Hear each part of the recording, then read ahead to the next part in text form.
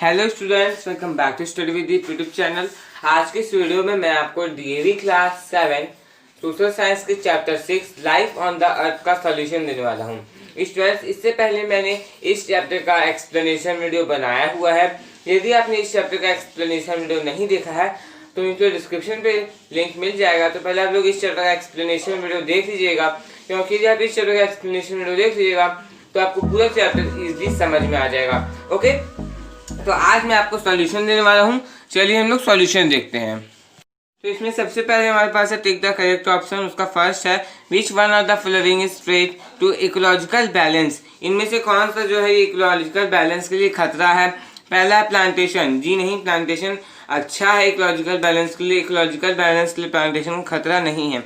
Second आता है wild life protection. यदि हम लोग वाइल्ड लाइफ को प्रोटेक्ट करेंगे तो ये भी किसी प्रकार का कोई खतरा नहीं बनेगा हमारे इन्वायरमेंट के लिए। ओके, थर्ड हमारे पास आता है पॉपुलेशन ग्रोथ। हाँ, ऐसा हो सकता है कि पॉपुलेशन यदि ज़्यादा स्पीडली ग्रो कर रहा है तो ये हमारे इकोलॉजिकल बैलेंस के लिए खतरा हो सकता है। ओके, और क्रॉप्स यदि ग्रो हो रहे तो यहाँ पर भी कोई खतरा देखने को नहीं मिलता है। इसका आंसर हो जाएगा option number C, population growth. Second है टाइगा इज आ। फर्स्ट है Russian name for evergreen coniferous forest. देखिए, टाइगर जो है एक रशियन नेम है एवरग्रीन फॉरेस्ट का के लिए। ये एक एनिमल नहीं है जो कि पोलर रीजन में रहता है।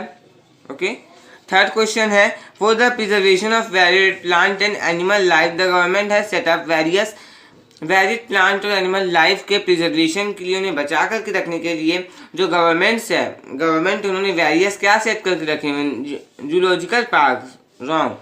सेकेंड है इंडस्ट्रियल पार्क्स, ये भी नहीं होगा। नेशनल पार्क्स, हाँ हम लोगों ने पढ़ा national parks and wild life sanctuary, ये सब गवर्नमेंट द्वारा सेटअप किया गया है।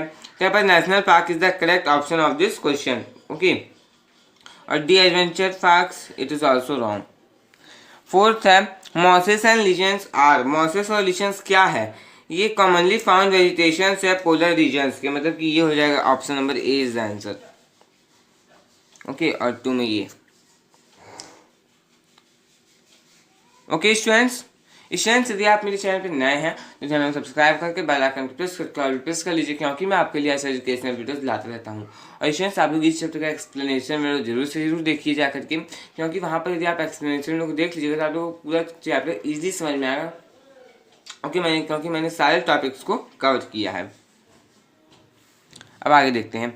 फिर the temperate grassland of north America आज ऑल्सो कॉल्ड, या फिर आर कॉल्ड द प्रेराइज। जो टेम्परेट ग्रासलैंड है नॉर्थ अमेरिका की, इन्हें प्रेराइज भी कहा जाता है। ओके, तो हम लोगों को करेक्ट ऑप्शन पूरा हो गया। नेक्स्ट मेरे पास आता है fill in the blanks. The first form of life on the earth appeared in the water bodies belonging to flora world. देखिए, जो first form of life appear हुआ था अर्थ में, ये वाटर बॉडीज थे, ठीक है, जो कि फ्लोरा वर्ल्ड से बिलोंग करते हैं। वाटर बॉडीज पे ये लोग अपीयर हुए थे जो कि फ्लोरा वर्ल्ड से बिलोंग करते हैं, like plants. Okay, fauna means animals. The living zone of the planet earth is known as biosphere. जो लिविंग जोन है प्लेनेट अर्थ का, इसे बायोस्फीयर कहा जाता है। ये सभी चीज़ों को हम लोग जानते भी है। थर्ड है the human beings who first appear on the earth are known as homo sapiens. Okay, जो ह्यूमन बींग्स फर्स्ट अपीयर हुए थे अर्थ में, उन्हें होमोसैपियंस कहा जाता है। आगे देखते हैं। The taiga vegetation is also known as coniferous forest.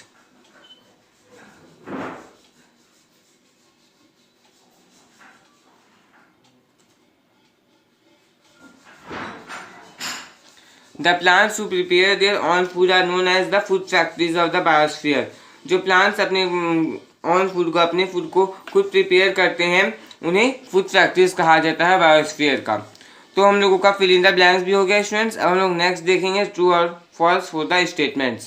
First है in the grassland the number of animal is less as compare to those in the equatorial forest. Grassland में एनिमल्स का जो नंबर होता है वो जो है लेस होता है, कम होता है इक्वेटोरियल फॉरेस्ट के कंपेयर में। ये स्टेटमेंट बिल्कुल सही है, ट्रू।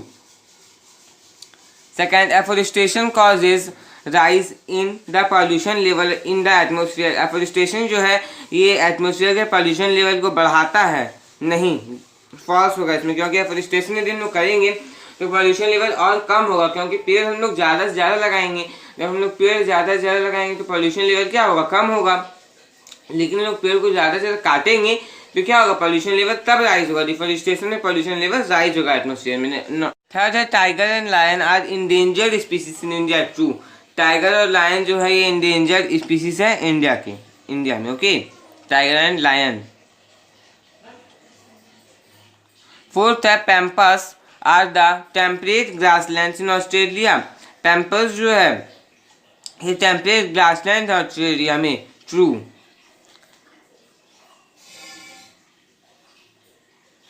स्टूडेंट्स, यदि आप मेरे अदर सब्जेक्ट की वीडियोस को नहीं देखते हैं तो मैं आपको बता देना चाहता हूं कि हर एक सब्जेक्ट का सेपरेट प्लेलिस्ट बना हुआ है। किसी भी सब्जेक्ट के वीडियो के लिए आप लोग मेरे चैनल के प्लेलिस्ट सेक्शन को चेक कर सकते हैं, वहाँ पर सारे सब्जेक्ट का प्लेलिस्ट आपको मिल जाएगा। Okay, math, science, Hindi, English, okay, history. Fifth and last true और फॉल्स है insect eating animals are most commonly found in the dense forest of equatorial region. जो इंसेक्ट ईटिंग एनिमल्स है ये मोस्ट कॉमनली इक्वेटोरियल रीजन के dense forest में पाए जाते हैं। ट्रू। तो स्टूडेंट्स देखिए, इसी के साथ हम लोगों को ट्रू एंड फॉल्स पूरा हो गया। नेक्स्ट हमारे पास आता है answer the following question in brief. Name the major types of vegetation of the world. Okay, हम लोगों को मेजर टाइप्स ऑफ वेजिटेशन के बारे में बताना है वर्ल्ड के। चलिए हम लोग इसे देखते हैं। सबसे पहला है फॉरेस्ट, ग्रासलैंड, बशेस, श्रब्स। चार हम लोगों ने बता दिए।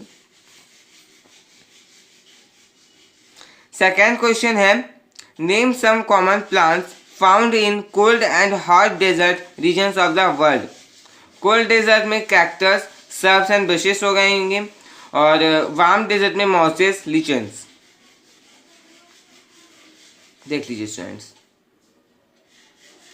थर्ड है what are the major components of the ecosystem. Biotic and abiotic are the two major components of ecosystem. Biotic और एबायोटिक जो है ये दो मेजर कंपोनेंट्स है इकोसिस्टम के। चलिए हम लोग आगे देखते हैं। Give some examples of trees having needle shaped leaves. हम लोगों को ट्रीज के, वैसे ट्रीज के कुछ एग्जांपल्स देने हैं जिनके पास नीडल शेप्ड लीव्स होता है। पहला पाइन, दूसरा फर एंड तीसरा स्प्रूस। फिफ्थ है why do animals in the polar region have thick fur on their bodies. Polar region के एनिमल्स के पास उनके बॉडीज में थिक फर क्यों होता है।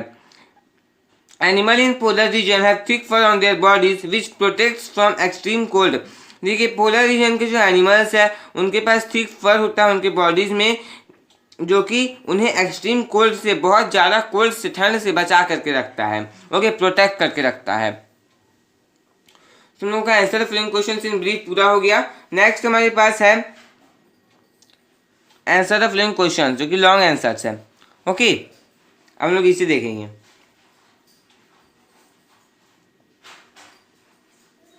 फर्स्ट क्वेश्चन है why are equatorial forest known as evergreen forest. Give a few examples of trees found here. क्यों इक्वेटोरियल फॉरेस्ट को एवरग्रीन फॉरेस्ट भी कहा जाता है। उसके बाद है कि मतलब कि वहाँ पर पाए जाने वाले ट्रीज के कुछ एग्जांपल्स हम लोगों को लिखने हैं। ठीक है, पहला क्या है कि इक्वेटोरियल फॉरेस्ट जो है ये हर साल, पूरे साल जो है हरे भरे रहते हैं, तो इन्हें एवरग्रीन फॉरेस्ट कहा जाता है। एवरग्रीन मतलब थ्रू आउट द ईयर ये क्या रहते हैं, ग्रीन रहते हैं, हरे भरे रहते हैं, इसलिए इन्हें एवरग्रीन फॉरेस्ट कहा जाता है। और यहाँ पर जो ट्रीज के एग्जांपल्स हम लोग लिख सकते हैं वो है ebony, rosewood, rubber, mahogany, etcetera. Okay, second question है what role do plants play in ecological balance. Interrelation with plants and animals in the natural environment is called ecosystem. देखिए प्लांट्स और एनिमल्स के बीच का जो inter relation होता है natural environment में, इसे इकोसिस्टम कहा जाता है। जो प्लांट्स है ये प्राइमरी प्रोड्यूसर्स है और अपने फूड को वो खुद बनाते हैं सन लाइट के प्रेजेंस में, सन के प्रेजेंस में, सॉइल से न्यूट्रिएंट्स ले करके। ओके, और एटमॉस्फेयर से मॉइस्चर और कार्बन डाइऑक्साइड को ले करके।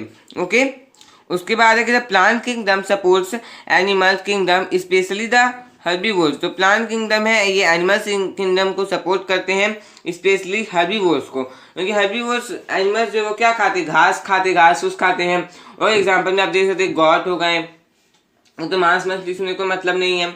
ओके, उसके बाद आगे देखते हैं which are large in number, जो कि लार्ज है नंबर में, बहुत ज़्यादा ही है नंबर में। ओके, जो herbivores are consumed by carnivores. अब देखिए क्या होता है कि हर्बीवोर्स क्या खाते हैं, प्लांट प्रोडक्ट्स को खाते हैं। जब वो प्लांट प्रोडक्ट को खाते हैं, जो खाया है मतलब कि जो हर्बीवोरस ने खाया है, अब उन हर्बीवोरस को खाने वाला कौन है, कार्निवोरस है। तो वो हर्बीवोरस कार्निवोरस को खा लिए जाते हैं, जो कि सेकेंड लेवल कंज्यूमर्स है। अभी एक और कैटेगरी है जो कि है ओमनीवोरस, जो कि दोनों प्लांट्स और एनिमल्स मैटर को खाता है। या तो प्लांट मैटर्स को भी खा सकता है, प्लांट प्रोडक्ट्स को भी खा सकता है, या तो फिर जो कार्निवोरस खाते हैं हर्बीवोरस को, वो उसे भी खा सकता है, मतलब फ्लेश भी खा सकता है दूसरे एनिमल्स का। जो प्रोसेस है कंज्यूमिंग प्लांट्स को कंज्यूम करने का हर्बीवोरस के द्वारा और हर्बीवोरस को कार्निवोरस के द्वारा, इसे फूड चेन कहा जाता है। क्या हो रहा है कि प्लांट्स को खाने वाले हर्बीवोरस आ गए और हर्बीवोरस को खाने वाले कार्निवोरस आ गए।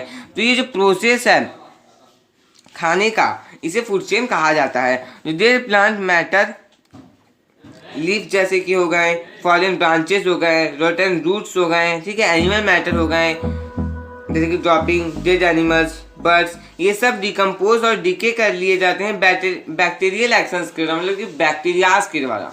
बैक्टीरियाज इन्हें डिकम्पोज कर देते हैं और इन्हें कहा जाता है डिकम्पोजर्स। यदि डिकम्पोजर्स नहीं रहेंगे तो बहुत ही बड़ा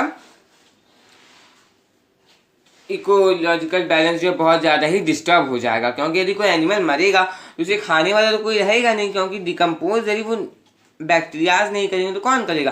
तो बैक्टीरियाज यदि एटमोसफेयर में नहीं रहेंगे, मतलब कि हमारे आसपास यदि बैक्टीरियाज नहीं रहेंगे तो बहुत ज़्यादा दिक्कतों का सामना हम लोगों को करना पड़ सकता है, क्योंकि बैक्टीरियाज क्या करते हैं, डेड एनिमल्स एंड प्लांट्स को डिकम्पोज कर देते हैं। Decomposers keep the natural environment clean because they convert the dead matter of plants and animals into simple compounds which then enter the soil or air. This releases material back to the environment. मैंने आपको बताया कि decomposers जो है ये natural environment को साफ सुथरा रखते हैं, क्लीन रखते हैं, क्योंकि ये डेड मैटर प्लांट्स के और एनिमल्स के डेड मैटर को कन्वर्ट कर देते हैं सिंपल कंपाउंड्स में, जो कि बाद में सॉइल में पहुंच जाता है, एयर में पहुंच जाता है। उसके बाद क्या होता है कि जो मैटेरियल्स उन्होंने लिया था एनिमल्स ने, वो वापस इन्वायरमेंट में चला जाता है। आगे देखते हैं distinguish between tropical and temperate grassland. हम लोगों को डिस्टिंग्विश करना है ट्रॉपिकल और टेम्परेट ग्रासलैंड के बीच में अंतर बताना है। ओके, सबसे पहले ट्रॉपिकल ग्रासलैंड देखते हैं, उसके बाद हम लोग देखेंगे temperate grasslands. Okay, these are located between the equatorial forest and hot desert in both hemisphere. देखिए ये इक्वेटोरियल फॉरेस्ट और हॉट डेजर्ट्स के बीच में लोकेटेड होते हैं, दोनों हेमिस्फीयर्स में। ये जो ग्रासलैंड्स होते हैं ये 100 सेंटीमीटर रेनफॉल को रिसीव करते हैं। उसके बाद क्या है कि इस रीजन के जो ग्रासेस होते हैं ये बहुत ही रफ, थिक और टॉल होते हैं। एग्जाम्पल ब्राज़ील के कैंपस इन ब्राज़ील।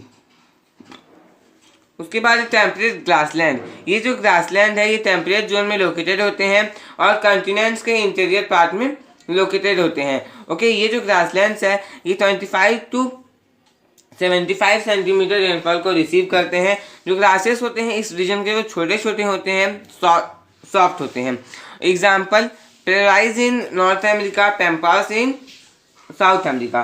प्रेराइज नॉर्थ अमेरिका में और पैम्पास साउथ अमेरिका में। ओके, तो थर्ड क्वेश्चन भी हमारा हो गया स्टूडेंट्स। नेक्स्ट हम लोग देखते हैं differentiate between hot and cold desert. Hot and cold desert के बीच में डिफरेंशिएट करना है। Hot desert are mostly located on the western margins of the continents where temperature remains very high throughout the year.